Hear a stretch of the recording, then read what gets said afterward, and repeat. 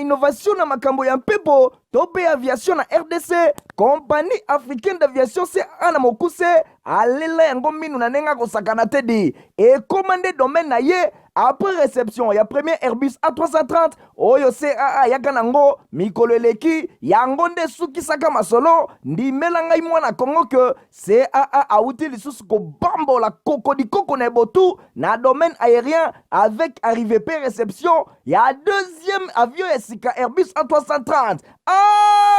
Airbus A330 deuxième frappe yango yo ya mokwake na mapate RDC ya boebondi melangai ke mon côté na terrain po ezala nanu te et comme il est lontimba na nzuzi veut dire mapasa Airbus A330 ba avion ya mokwake ya liboso yaka yango yo bozwa lix eza nango neti soki o matio kita na ote po confort nango eza na ba angle nyonso kobana na bakiti na couloir na first class na classe économique et bongo bozo ya mibale yango yo nyonso eza na excellence pe noblesse moko hors pair boyeba pe bosimba ke Airbus A330 eza ba marque ba avion oyo bomodaka na international ba compagnie aérienne de renom pe crédible nde basalelaka yango bokokuta yango na bamboka lokola Allemagne veut dire na Machaft pe ba pays européen ebele kutu batu ya baaffaire pe mingi ya minene na monde mingi basalelaka yango po na kitoko pe bopeto na luxe na yango surtout mécanisme ya sécurité eza nango chaque siège ndenge kaka boza komona eza na mwa mini télé oyo kotalela bafilme ennui, fatigue, okotika la koyoka yango te USB na pointe pour le chargement ba téléphone tope ba utilité mosusu Airbus A330 ya mibale ya CAA et combien eza na deux classes first class pour na bino ba grand monsieur na ba grande dame pe ba personnalité misusu ebele avec 36 sièges classe économique pezali pour na bino bosalaka ba faire pe bato nyonso ba amoureux ba voyage avec 267 sièges mokoka sala voyage dans ba meilleures conditions ndenge nanu ezala te avec Airbus A330 ya mibale ya CAA avion ya sika oyo uti kokoma ekwei deja na mabele timba na nzuzi lelo mibale moko te na Congo bana Congo pe bapaya basepeli oui CAA mfumu na ba innovation deuxième avion Airbus A330 yango ekomi Boza ebele boza ba télévision mabino pona kolana info lingala journal ya peuple na peuple merci na fidélité et confiance boza ko continuer kozala nango na journal na bino to fongola journal pour le que chef de l'état Félix Antoine Tshisekedi Tshilombo ya visita ki mokolo ya jeudi 8 décembre ba nouvelle recrue ya armée na ville ya Kitona héritier mapinde mapesi bino ba détail. Depuis le 3 novembre, République démocratique du Congo, ezali ko vivre déjà un appel à mobilisation pour na côté les ennemis. La République démocratique du Congo au Bazali na sima M23, natina wana plus de 10 000 jeunes volontaires se présentent qui pour na ko servir mboka na à drapeau. Bango nyonso Bazali ko se retrouver na base ya Kitona na Congo central. Natina wana jeudi 8 décembre na Mbula, signe ya bénédiction des chefs de l'État Félix Antoine Tshisekedi Tshilombo a combattu na base militaire ya Kitona pour encourager ba nouvelle recrue pe kotala ba conditions ya formation na bango. Yelelo kotala bino mama pinga na biso ya kala na pe ba oyo bakoti sika o babengi na lopoto ba recrue pona kotonda bino botondi ya maemanso bozali kosala pona ekolo na biso Congo pe na eko ebisa bino ke mosala o bozali kosala ezali mosala ya motuya mingi esengeli biso bakonzi ya mboka tozala na attention makasi na maemanso matali mosala na bino pe mabota na bino. Bosimbaki avant Masolo, commandant suprême ya FRDC assistant qui na parade moko ya kafu oyo apasa qui en revue penyos aussi la qui na séance ya photo pour na ko marquer présence ya chef de l'état na base militaire ya Kitona na Congo central. Devise. De poursuivre le journal pour nous que dernier acte ya 52e session ya assemblée plénière, il y a forum parlementaire, il y a SADC et c'est clôturé qui me jeudi 8 décembre na Kinshasa et connaîtra qui élection et nouvelle équipe au Bako dirigée une fois de plus héritier Mapindemi. Dernier acte, il y a 52e session, il y a assemblée plénière, il y a forum parlementaire, il y a SADC et se clôturera qui jeudi 8 décembre à Kinshasa et connaîtra qui élection, il y a nouvelle équipe dirigeante présidée désormais et pas il y a Seychellois, Roger Monsiel, assisté na Mauricienne, Joan Sabrina, tour au poste, il y a premier, il y a vice-présidente pour un mandat, il y a Tina 2024. Na discours il y a acceptation et la charge. Nouveau président Alobi a vu une nouvelle responsabilité, puis sens il y a devoir à promettre qu'on investir énergie dans l'union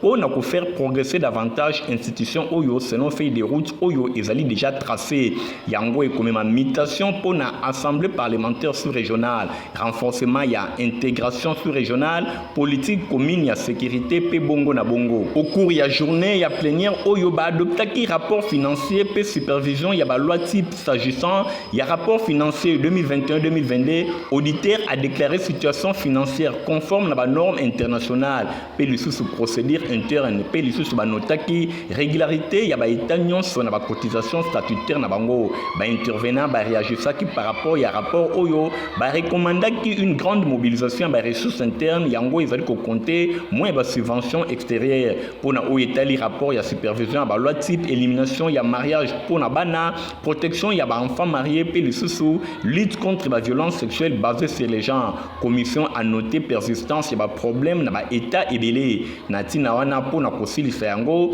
et sengeli ko combattre fléau où la plupart il y a des intervenants, va suggérer qu'on s'attaque à la source il y a problème, pauvreté, où ils allaient ko rendre vulnérable, ba fi ébélé. Face na ba avance il y a ba homme. Natina wana ko bakisa lisusu absence il y a mobe komoko commune, oyo etali question il y a âge il y a majorité, il y a jeune fille. Namasolo ya Premier ministre Jean-Michel Sama Naib Sabino Keye ayambaki mokolo ya jeudi 8 décembre délégation ya ba enfant reporter o ekumboma ke pa ministre ya Jean famille enfant Nadine Sona apesi bino ba précision. Jeudi 8 décembre, la primature, Premier ministre Ayamba qui na audience, délégation, il y a un enfant reporter, Bakamba qui na ministre ya genre, famille paix enfant, bana ou ba reporter bayaki, ko remercier chef ya gouvernement pour la signature récente, il y a décret portant création paix organisation, il y a conseil national, il y a bana pour la délégation oyo ya bana ba bengi ba reporter, signature il y a décret oyo ezali ouf ya soulagement pour na bango, pambate eye na ngonga oyo une année après plaidoyer, pe le sous eye na tango moko ya malamu et oyo kosunga bango ba enfant reporter baza pour na vocation pour vulgariser ba convention relative aux droits de l'enfant pe d'instruments juridiques nationaux pe internationaux na oyo etali ba droit pe bien-être ya bana na suka masolo na bango kecha pasu onema enfant reporter jeune ambassadrice UNICEF pe chef ya délégation aloba ki boeli bosse ba panze sango ba échange na bango ezalaki mingi pour na signature ya décret ya premier ministre décret oyo ezali kolobela création organisation ya conseil national de l'enfant yango etikalaki enfermé na loi portant protection de l'enfant depuis 2009 pe bango ba sepeli makasi du fait que plaidoyer na bango elongo na génération na bango ya ba enfant reporter et memi pe et produire ba résultat moko ya malonga na tina wana gouvernement a ko permettre mingi que ezala possible lelo bango ba sepeli mingi ko rappeler début ya grand combat bazali face na jeunesse oyo azali kozela mingi parlement pe ya bana eye bana kosala sala ndenge kecha pasu onema asukisaki bosimba ke audience oyo et se clôturera qui na remise ya tableau et pas ya bana et pas ya chef ya gouvernement en guise de remerciement pour la signature ya décret portant création organisation ya conseil national de l'enfant. Bas sénateur Bakitaki mokolo ya jeudi 8 décembre na cour constitutionnelle pour la déposer lettre na cour par rapport à deuxième arrêt ya cour contre sénateur Augustin Matata Ponyo sima na bango Nadine Sona. Honorable sénateur Bakitaki na cour constitutionnelle mokolo ya jeudi 8 décembre na motif semoko pour na déposé lettre oyo bango nyonso batie ba signature contre deuxième arrêt ya cour constitutionnelle pona affaire Bukangalonzo ndenge bakani ko poursuivre sénateur Augustin Matata Ponyo kokoma la bango kuna na cour constitutionnelle bande ko boye bake cour constitutionnelle aboya ki ko réceptionner lettre na bango ba sénateur ba insister na ndenge ya mokete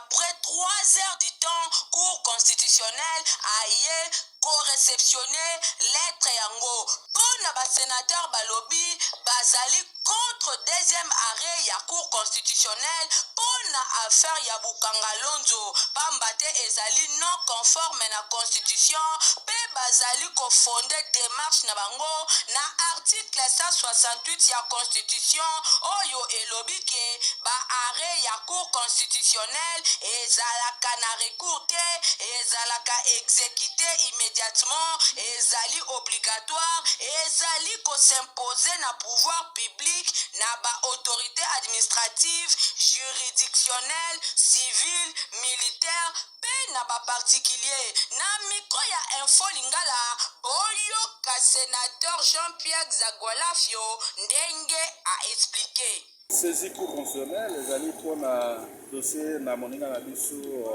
sénateur Matata Ponyo pour asili a mis prononcé pour un dossier na ye et dossier wana bakoyi kolanda ye sous terre par un arrêt.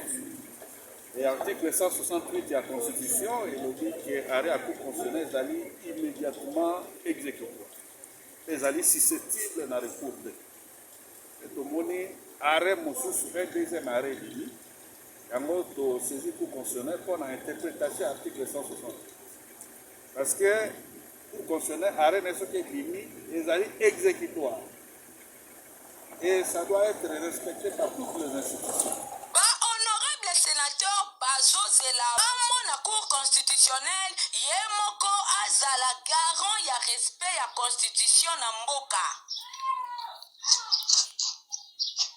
Deweta masolo mususu na occasion ya 16e journée ya activisme ya droit de l'homme de association ya ba maman ya Ista Kinshasa mamista na mukuse bango basalaki mokola jeudi 8 décembre 2022 conférence sur l'élimination de violences à l'égard de femmes et de filles. Madame Marie-Josée Ifoku, gouverneur honoraire ya Chwapa nde azalaki invité spécial Stéphane Skande a pesi bino ba détail.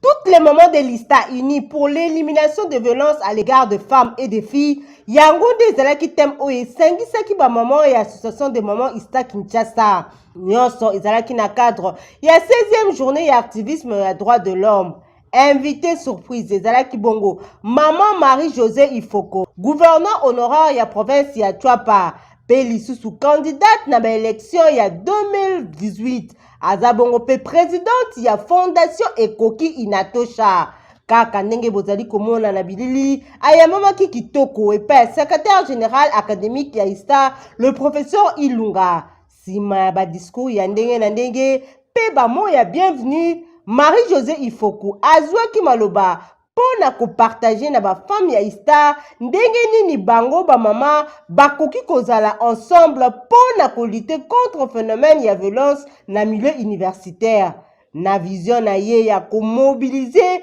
Marie-Josée Ifoko a sensibiliser ki lisusu ba étudiante pe atalisaki na bango ndenge nini bakoki kozwa diplôme sans que ba exposer nzoto na bango. Na micro ya info lingala alobaki boy kosangana na biso alors que tozali na bokeseni et kosunga biso pona toyeba ko sosola ko réfléchir ensemble pona ko luka ba solution pona kosunga non seulement ba maman mais kosunga pe ba na biso abasi po ete ba sosola que na tango zali na kati ya classe esengelo tanga lokola mwana mobali nyonso et non luka ozo ba point na yo à travers ba facilité ya ko exposer nzoto na yo et pas ya ba professeur. Donc voilà yango no moni biso na kati ya Ista to yaki ka ko sensibiliser non seulement ba maman to yaki ko sangana na bango mais to lingi de to conscientiser mingi ba na biso basi po ba sosola que diplôme ça se mérite, musala ça se mérite, to boyi makambo promotion canapé. Bachane volontaire, il y a différentes provinces au Bandimi qui servir Mboka na se drapeau représentant qui bango na base Akito na pas chef d'état-major ya FRDC général Christian Chiwewe héritier Mapinde mi apesi bino ba Bazali au total 2200 jeunes mobimba oyo bazala qui recruté dans différentes provinces locales à Kasai occidental, province ya Nord Kivu, Congo central, pe ville ya Kinshasa. Bazala qui présenté dans centre ya formation ya Kitona et pas ya chef d'état-major général ya ba FRDC général Christian Chiwewe oyo azanga kité ko senga na bango discipline ezala pe atalisaki importance ya eloko oyo bango bauti ko sala bazwi mokano ya ko défendre mboka na bango ezali eloko moko ya malamu général Christian Chiwewe mokonzi ya mboka atindeli bino nyonso mbote eloko ya liboso nalingi nalobela bino c'est la discipline. La discipline ezali d'abord pour battre la base na biso. La discipline envers les cadres. Soki discipline ezate, place na yo na armée ezate. Ba PNF, la discipline corporelle. La discipline des incarnés armée na biso. Il faut koyeba komipe sa discipline na oyo nyonso bozosa. Asuka kiwana te numéro 1 ya ba FRDC asenga ki pe na ba encadrer ba yeba na ko encadrer bilenge oyo na ndenge ya malamu pamba te bango lokola ba poni ko défendre mboka to ko servir mboka sous les drapeaux ezali eloko moko ya malamu kasi ezali ko senga encadrement kitoko. Encadrement ya ba recrue ezala assuré.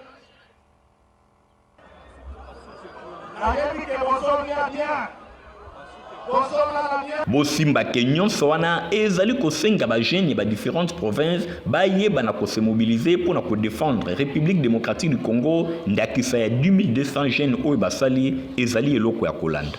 Bajeune ya Union pour la démocratie et le progrès social UDPS Mokuse bango ba téléméli tribalisme na ba entreprise publique baza sala ki déclaration na bango na micro ya Edi Imbani. Ezali tribalisme na ba entreprise publique. Yo ba nommé yo na ordonnance ya Fachi Béton. D'ailleurs, biso ba parlementaire debout nde toza ba héritier ya pouvoir oyo. Boye te boye. Oui. Mais yo ba nommé yo comme DGA na DGRAT. Okuti équipe bandimi ko aider président de la République. Bandimi ko traquer ba miyibi mbongo ebele eza ko échapper trésor public. Grâce ya vigilance ya ye Mei Fachi Béton bino moko bozo mona budget zo sala nini ezo mata. Mais yo DGA awande bureau na yo okomi kokende na ba province parce que ozali nommé na ordonnance kokende kosala matolo yo mutu oza nommé na ordonnance présidentielle toboyi matolo na ba province nde toboyi mosolo wana oyo ba entreprise oyo ba société na Katanga bazolinga kopesa kabino bo chaka na ba poche topesi bino mise en garde boya na mosolo bo déposer na trésor public. Le pays est en guerre, le pays a besoin d'argent. Ako féliciter équipe nyonso ya DGRAT DG Victor Bosoku na ba effort nyonso azosala pour concrétiser aider le président de la République ya komona clair na makambo etali de Gérard oyo nyonso azoya na COP toboyi yo sio banoma yo okomi kotambola na cortège matolo lisusu ya ni DGA okangi mutu na chambre d'hôtel na Lualaba ye wana abeli toyebi te soki arespiraki nini bozalaki na ye tosengi na Victor Bosoko akende na hôpital à s'examiner d'abord. Oyo nyonso epesa bino leçon il faut qu'on évite qu'on se faire justice na régime na biso. Na masolo mususu esengi boye bakeyam pa création ba présenter ki spectacle ya clôture ya tournée na bango mokola vendredi 9 décembre na salle culturelle ya Zokuna na commune na Gombe. Sur place témoin événement na Dinasona Fabrice Lundombi. La résistante nde ezalaki titre ya pièce théâtrale oyo ba acteur ya Yampa création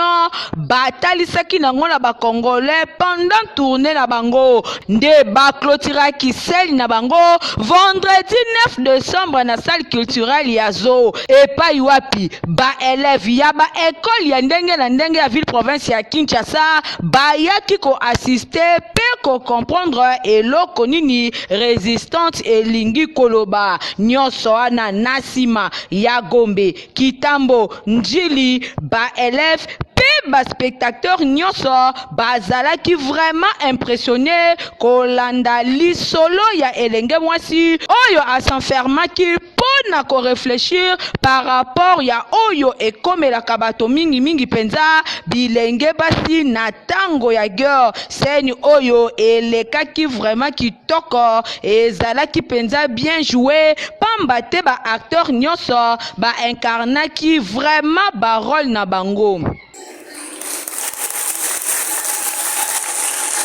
Nde na suka ya pièce enseignant moko apesaki ba impression na ye. L'impression na que la scène a été bien passée.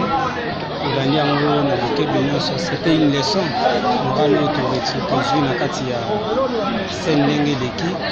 Vu les acteurs et les actrices qui étaient là, vraiment c'était très bien. Je remercie premièrement le comité d'organisation qui a organisé la scène en question. C'était vraiment très bien. Nyonso eza na cadre ya troupe théâtrale Yampa oyo coordonnateur na yango monsieur Emmanuel Kazadi bakiselaka ezadem akambaka bango bakani ko faire revivre à public lisusu na époque ya théâtre national.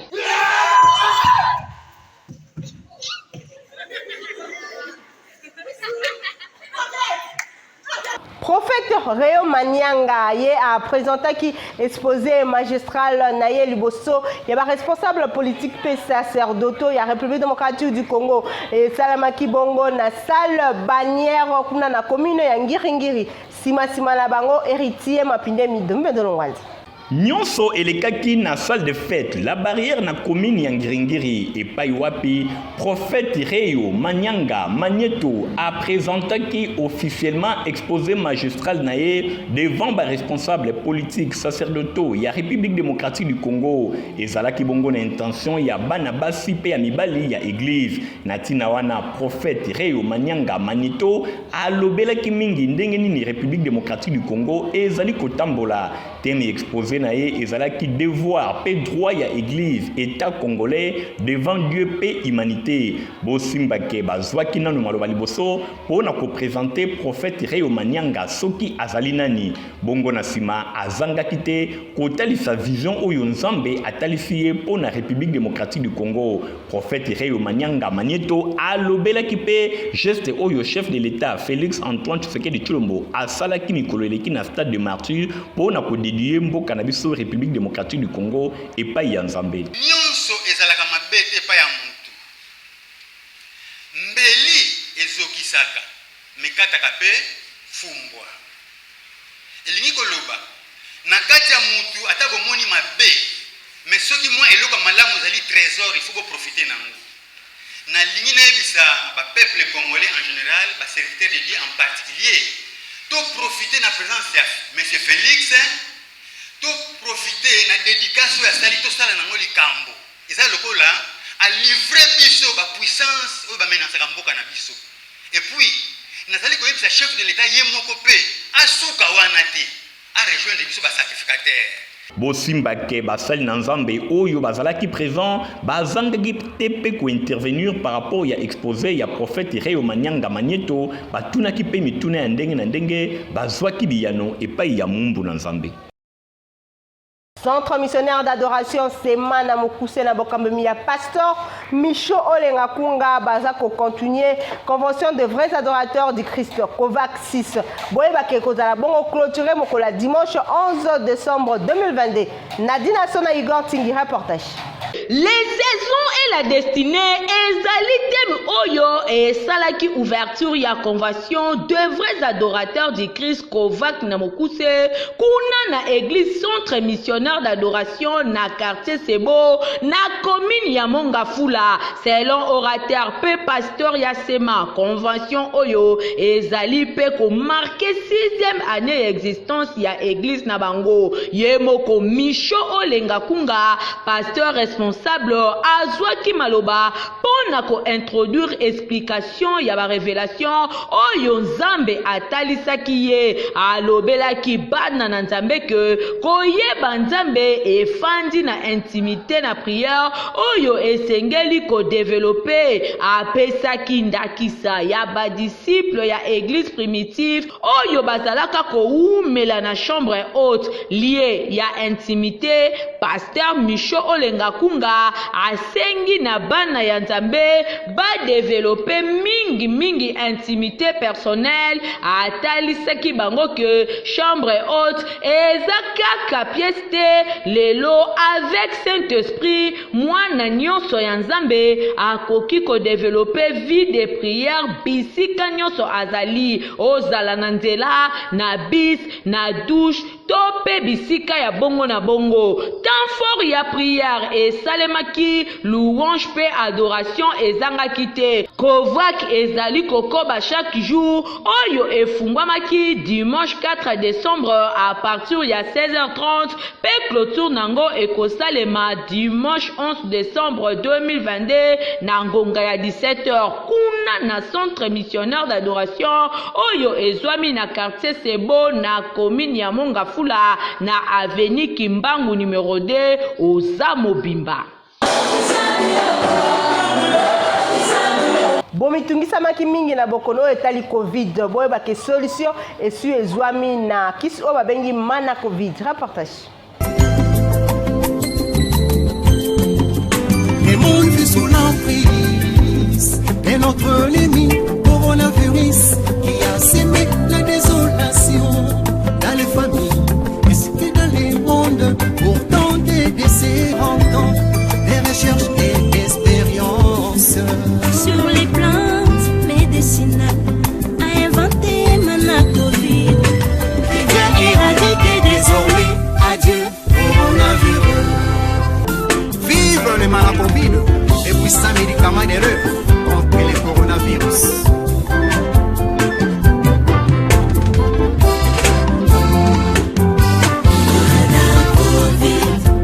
Bozalaki ebele pona kolanda info lingala journal ya pepo na pepo sepela kinango opesa merci na Christian Kengebeni azaki bongo na montage héritier ma pindemi ya superviseur journal ngala minute pour un rendez-vous Mikolo Zaliko ya au revoir.